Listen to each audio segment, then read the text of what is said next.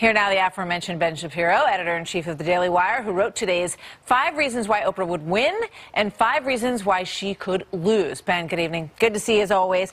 We thought that a matchup between Hillary Clinton and Donald Trump was going to be fascinating, and indeed it was. But this could be a whole new level. No question. I mean, Oprah Winfrey is the most well-known person probably on planet Earth outside of President Trump, so you'd have 2 of the most high-profile people in American history battling it out. She obviously is another self-made billionaire. She has cultivated particularly female audiences for the last 30 years. She's a television star.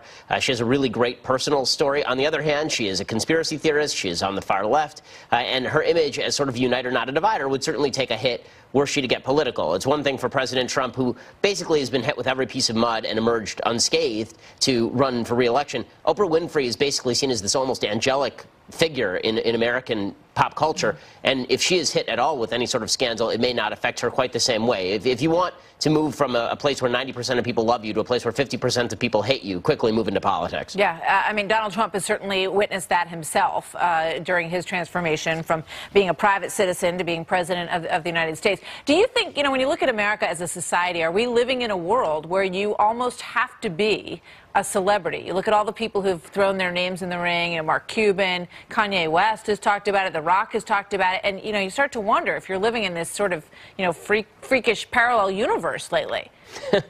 I think there's some truth to that. I think the idea that high name recognition makes a difference, particularly in primaries, is absolutely true. Can you imagine Oprah Winfrey losing primaries to Joe Biden? I can't. I think that if Oprah Winfrey runs against a bunch of typical Democratic politicians, they have a very hard time knocking her out of the race. Obviously, the Republicans couldn't knock Donald Trump out of the race, and he was less of a celebrity than Oprah Winfrey is. I think it's because Americans have this sort of dual-track mind when it comes to what they think the president does. On the one hand, we think that the president is there to do policy and engage in policy we like. And then there's really what we think the president does, which is say stuff, right? When we think of people who say stuff, we tend to think of celebrities. We tend to think of the people who are on our TVs all the time. We think of these people as sort of the figureheads on the prow of the ship of state. And in that sense, if there are people who are very famous and we've already made our decisions about them, it's a lot easier for them to survive the slings and arrows than politicians who we may not have ever heard of and who can be taken down with a single scandal. Remember, in 2012, Rick Perry was basically knocked out of the primaries because he had mandated that Gardasil be used, right, a vaccine for a particular type of cancer for young girls. That knocked him out of the primaries in 2012. Donald Trump got hit with everything, including the kitchen sink, and he won the election. It's unreal.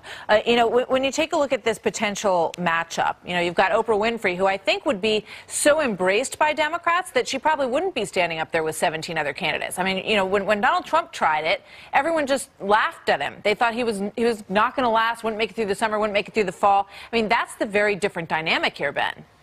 I think that's true, and I think Democrats also have a way of anointing candidates that Republicans simply have not had. In 2016, obviously, they anointed Hillary Clinton. In 2012, they thought about, in 2008, rather, they thought about anointing Hillary Clinton, and then Oprah Winfrey is the person who helped push Barack Obama over that finish line. So I think the chances are actually pretty good that if Oprah decided to run, she'd win the nomination. In a general election, I do have my doubts as to whether she would actually defeat the president. The last poll that I saw was from March, and it showed Oprah defeating Trump something like 47-40. But those aren't incredible numbers for Oprah. She has, I think, 49% approval versus 33% disapproval.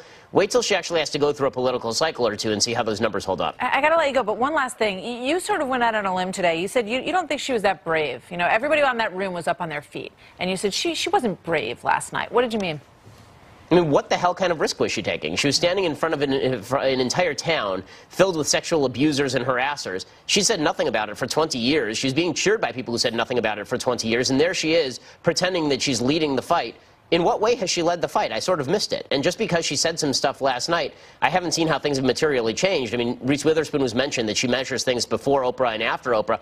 What changed after Oprah? Oprah said a bunch of stuff. Well, I was under the impression that most of us agreed with that stuff when this stuff first broke, and she lauded the Hollywood Foreign Press Association. Where were they reporting on the sexual harassment and abuse scandal for the last 20 years? It is literally their job to cover Hollywood, and yet it took The New Yorker and Ronan Farrow to uncover all this stuff. Where was the Hollywood Foreign Press Association that was receiving such plaudits at the hands of Oprah Winfrey? Again, a woman who is good friends with Harvey Weinstein, being cheered by Meryl Streep, a woman who's gave a standing ovation to Roman Polanski. Yeah, but there's a circle of support that ignored everything that you just mentioned so potently. Ben, thank you very much. Great to see you tonight.